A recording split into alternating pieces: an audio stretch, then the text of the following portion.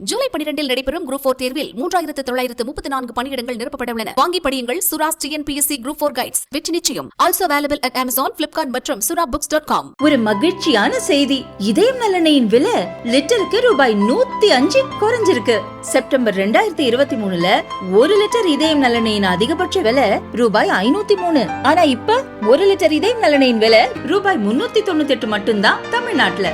அப்ப இனிமே எல்லாரும் இதயம் நலனை வாங்கலாம் இல்ல? வணக்கம். செய்தி சுருக்கம். பயங்கரவாதத்தை ஒடுக்க இந்தியாவுக்கு ஜப்பான் ஆதரவு. ஜப்பான் ராணுவ அமைச்சர் ஜெனரல் நகதானி அரசுமுறை பயணமாக இந்தியா வந்துள்ளார். டெல்லியில் மத்திய பாதுகாப்புத்துறை அமைச்சர் ராஜ்நாத் சிங்குடன் ஆலோசனை நடத்தினார். இருதரப்பு உறவுகளை வலுப்படுத்துவது குறித்தும் பிராந்திய அமைதிக்கு பங்களிப்பது பற்றியும் இருவரும் விவாதித்தனர். இதேபோல் இரு நாடுகளுக்கும் இடையே ராணுவ பயிற்சிகளை அதிகரிக்க செய்வது, கடல்சார் பாதுகாப்பை மேம்படுத்துவது குறித்தும் இருவரும் பேச்சுவார்த்தை நடத்தினர். அப்போது பஹல்காம் பயங்கரவாதத்துக்கு எதிரான நடவடிக்கைகளுக்கு அனைத்து தரப்பினரும் ஆதரவு அளிக்க வேண்டும் என ராஜ்நாத் சிங் கேட்டார். இந்த விவகாரத்தில் இந்திய அரசு எடுக்கும் நடவடிக்கைகளுக்கு எங்கள் முழு ஆதரவு உண்டு என ஜப்பான் ராணுவ அமைச்சர் நகதானி கூறினார். தேவைப்பட்டால் அணு ஆயுதம் எடுப்போம். பாகிஸ்தான் தூதர் முகமது காலித் மிரட்டல். காஷ்மீர் பயங்கரவாத தாக்குதலை அடுத்து இந்தியா பாகிஸ்தான் இடையே போர் பதற்றம் நிலவுகிறது. இந்த நிலையில் ரஷ்யாவுக்கான பாகிஸ்தான் தூதர் முகமது காலித் ஜஜமாலி அணு ஆயுதத்தை எடுப்போம் என மிரட்டல் விடுத்துள்ளார். இந்தியாவின் எந்தவொரு தாக்குதலுக்கும் பதிலடி கொடுக்க பாகிஸ்தான் தயாராக இருக்கிறது. நாங்கள் எங்கள் முழு படையையும் பயன்படுத்துவோம். அது பாரம்பரிய ரீதியாகவும் அணு ஆயுத வழியிலும் இருக்கும். எனினும் இரு நாடுகளும் போர் பதற்றத்தை தணிக்க வேண்டும். இரு நாடுகளும் அணுசக்தி நாடாக இருப்பதால் பதற்றத்தை தணிப்பது அதிக தேவையாக உள்ளது. பஹல்காம் தாக்குதல் குறித்து நியாயமான மற்றும் நம்பகமான விசாரணை அவசியம். இதில் சர்வதேச சமூகத்தின் பங்கு இருக்க வேண்டும் என நினைக்கிறேன் என முகமது காலித் ஜஜமாலி கூறினார். இந்தியா பாகிஸ்தான் பதற்றத்துக்கு நடுவே மோடி ராகுல் அவசர சந்திப்பு. மீட்டிங்கில் நடந்தது என்ன? மத்திய புலனாய்வு அமைப்பான CBIயின் இயக்குநராக இருப்பவர் பிரவீன் சூட். இந்த மாதத்துடன் இவரது பதவிக்காலம் முடிவடைகிறது. இதையடுத்து புதிய இயக்குநரை நியமிக்கும் பொறுப்பு தேர்வு குழுவுக்கு சென்றுள்ளது. தேர்வு குழுவில் இடம்பெற்றுள்ள பிரதமர் மோடி, லோக்சபா எதிர்க்கட்சி தலைவர் ராகுல், தலைமை நீதிபதி சஞ்சீவ் கண்ணா ஆகியோர் டெல்லியில் அவசரமாக கூடி ஆலோசனை நடத்தினர். அடுத்த இயக்குநராக யாரை பரிந்துரை செய்யலாம் என்பது பற்றி 3 பேரும் ஆலோசித்தனர். இவர்கள் பரிந்துரை செய்யும் அதிகாரி CBIயின் புதிய இயக்குநராக பொறுப்பேற்பார். அடுத்த 2 ஆண்டுகளுக்கு அந்த பதவியில் அவர் நீடிப்பார். பஹல்காம் தாக்குதலுக்கு இந்தியா பதிலடி கொடுக்கும் ஆபரேஷன் எப்போது வேண்டுமென்றாலும் துவங்கும் என்று எதிர்பார்க்கப்படுகிறது. இப்படி ஒரு சூழலில் மோடியும் லோக்சபா எதிர்க்கட்சி தலைவர் ராகுலும் சந்தித்தது அரசியல் களத்திலும் முக்கியத்துவம் பெற்றுள்ளது. கடந்த ஒரு வாரமாக ராணுவ அமைச்சர், வெளியுறவு அமைச்சர், ராணுவம், விமானப்படை, கடற்படை தளபதிகள், பாதுகாப்புத்துறை செயலாளர், தேசிய பாதுகாப்பு ஆலோசகர் என ஒவ்வொருவரையும் சந்தித்து மோடி ஆலோசனை நடத்தினார். பாகிஸ்தானுக்கு எப்படி பதிலடி கொடுக்கலாம் என்று ஆலோசிக்கப்பட்டது. கிட்டத்தட்ட தாக்குதல் திட்டமும் தயாராகிவிட்டது. மே 7ஆம் தேதி போர் ஒத்திகை, மீட்பு ஒத்திகையில் ஈடுபடும்படி பல மாநிலங்களுக்கு உள்துறை உத்தரவிட்டுள்ளது. எனவே 7ஆம் தேதிக்கு பிறகு எந்த நேரத்திலும் இந்தியா தாக்குதல் நடத்தக்கூடும் என்று எதிர்பார்க்கப்படுகிறது. மோடி ராகுல் சந்திப்பில் இந்த விவகாரம் பற்றியும் பேசப்பட்டிருக்கலாம் என்று கூறப்படுகிறது.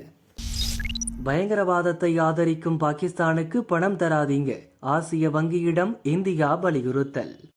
இத்தாலியின் மிலான் நகரில் நடக்கும் ஆசிய வளர்ச்சி வங்கியின் 58வது வருடாந்திர கூட்டத்தில் மத்திய நிதியமைச்சர் நிர்மலா சீதாராமன் பங்கேற்றார்.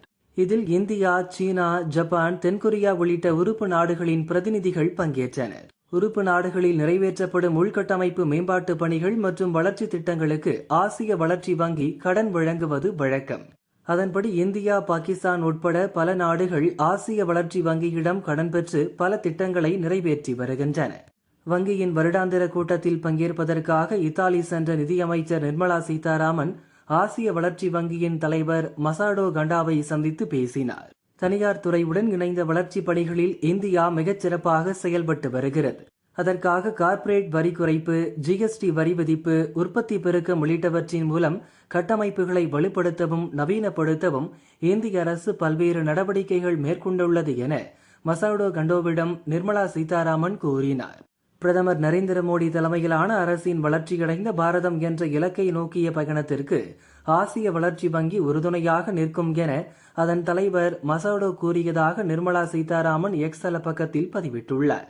இந்நிலையில் பஹல்காம் பயங்கரவாத தாக்குதலை அடுத்து பாகிஸ்தானுடனான அனைத்து உறவையும் துண்டித்துள்ள இந்தியா சர்வதேச அரங்கில் பாகிஸ்தானின் உண்மை முகத்தை வெளிச்சத்துக்கு கொண்டுவரும் நடவடிக்கைகளை எடுத்து வருகிறது. பயங்கரவாதத்தை ஆதரிக்கும் பாகிஸ்தானுக்கு ஐநா சபையில் இந்தியா கடும் கண்டனம் தெரிவித்தது. பயங்கரவாதத்திற்கு எதிரான இந்தியாவின் நிலைப்பாட்டிற்கு உலக நாடுகள் ஆதரவு தெரிவித்துள்ளன. இந்நிலையில் ஆசிய வளர்ச்சி வங்கி தலைவரை சந்தித்த நிர்மலா பாகிஸ்தானுக்கு வழங்கும் நிதி உதவியை உடனே நிறுத்த வேண்டும் என வலியுறுத்தியதாக தகவல் வெளியாகியுள்ளது. ஆசிய வளர்ச்சி வங்கியிடம் பெறும் நிதியை வைத்து இந்தியா பல்வேறு வளர்ச்சி திட்டங்களை செயல்படுத்தி வருகிறது. ஆனால் பாகிஸ்தான் பயங்கரவாதிகளை ஆதரிக்கவும் அவர்களுக்கு தேவையான ஆயுத சப்ளைக்கும் அந்த பணத்தை பயன்படுத்துவதாக நிர்மலா சீதாராமன் குற்றச்சாட்டை முன்வைத்தார். பாகிஸ்தான் தொடர்ந்து பயங்கரவாதத்தை ஆதரித்து வருவதால் சர்வதேச அரங்கில் அதை தனிமைப்படுத்தும் முயற்சிகளில் இந்தியா தீவிரமாக களமிறங்கியுள்ளது. அதன் ஒரு பகுதியாகவே ஆசிய வளர்ச்சி வங்கி தலைவரிடம் நிர்மலா சீதாராமன் புகார் செய்துள்ளார் என மத்திய அரசு வட்டாரங்கள் கூறின. வீடுகள் எரிப்பு, பஸ்தி, அரிவாள் வீச்சு, கலவரக்காடாக மாறிய புதுக்கோட்டை.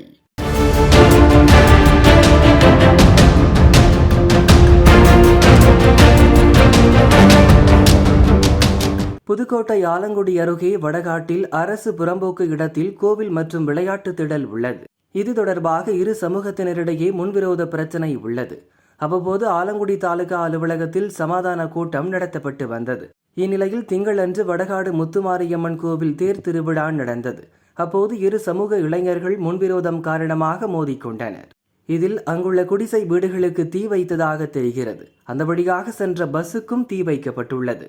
தாக்குதலில் 5 பேருக்கு அரிவாள் வெட்டு விழுந்து ஹாஸ்பிட்டலில் அட்மிட் செய்யப்பட்டுள்ளனர். இந்த சம்பவத்தின் போது ரோட்டில் சென்ற பொதுமக்களும் தாக்கப்பட்டுள்ளனர். இதனால் அங்கு பெரும் பதற்றம் ஏற்பட்டது. இதையடுத்து புதுக்கோட்டை எஸ்பி அபிஷேக் குப்தா தலைமையிலான போலீசார் வடகாட்டில் பாதுகாப்பு பணியில் ஈடுபட்டு வருகின்றனர்.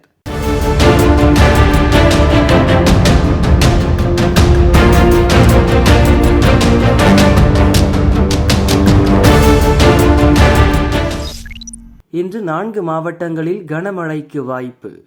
வளிமண்டல கீழடுக்கு சுழற்சியால் தமிழகம், புதுச்சேரியில் மழைக்கு வாய்ப்புள்ளது என வானிலை ஆய்வு மையம் கணித்துள்ளது. ஒரு சில இடங்களில் மணிக்கு 50 கிலோமீட்டர் வேகத்தில் பலத்த காற்று மற்றும் இடியுடன் கூடிய மழை பெய்ய வாய்ப்புள்ளது. கோவை, நீலகிரி, தேனி, திண்டுக்கல் மாவட்டங்களில் கனமழை பெய்யலாம். தமிழகத்தில் ஒரு சில இடங்களில் வரும் 11ஆம் தேதி வரை மிதமான மழை பெய்யும். தமிழகம், புதுச்சேரி மற்றும் காரைக்காலில் 9ஆம் தேதி வரை அதிகபட்ச வெப்பநிலை இயல்பை விட 3 டிகிரி செல்சியஸ் கூடுதலாக பதிவாகலாம். சென்னை மற்றும் புறநகர் பகுதிகளில் இன்று வானம் ஓரளவு மேகமூட்டமாக காணப்படும். ஒரு சில இடங்களில் இடி மின்னலுடன் மிதமான மழை பெய்யும் என வானிலை மையம் கூறியுள்ளது. முதல்வர் ஸ்டாலினை முந்திய துணை முதல்வர் பவன் கல்யாண் தமிழக அரசியலில் திடீர் பரபரப்பு. நாகை மாவட்டம் அக்கரைப்பேட்டை, செருதூர், வெள்ளப்பள்ளம் கிராமங்களைச் சேர்ந்த 100க்கும் மேற்பட்ட மீனவர்கள் கோடியக்கரை அருகே கடலில் கடந்த 2ஆம் தேதி மீன்பிடித்துக் கொண்டிருந்தனர். அப்போது சில படகுகளில் வந்த இலங்கை கடற்கொள்ளையர்கள் நாகை மீனவர்களின் 5க்கும் மேற்பட்ட ஃபைபர் படகுகளை சுற்றி வளைத்து கத்தி முனையில் மிரட்டினர். நாகை மீனவர்கள் மீது கத்தி, இரும்பு ராட், கட்டையால் தலை, கை, கால்களில் கடல் கொள்ளையர்கள் தாக்கி மீன், வலை, GPS கருவிகள் உள்ளிட்ட 10 லட்சம் ரூபாய்க்கும் அதிகமான பொருட்களை கொள்ளையடித்து சென்றனர்.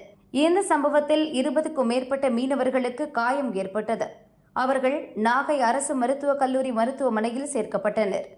இந்த சம்பவம் தமிழக மீனவர்கள் மத்தியில் பதற்றத்தை உண்டு பண்ணிய நிலையில் ஆந்திர துணை முதல்வர் பவன் கல்யாண் ஒரு அறிக்கை வெளியிட்டார்.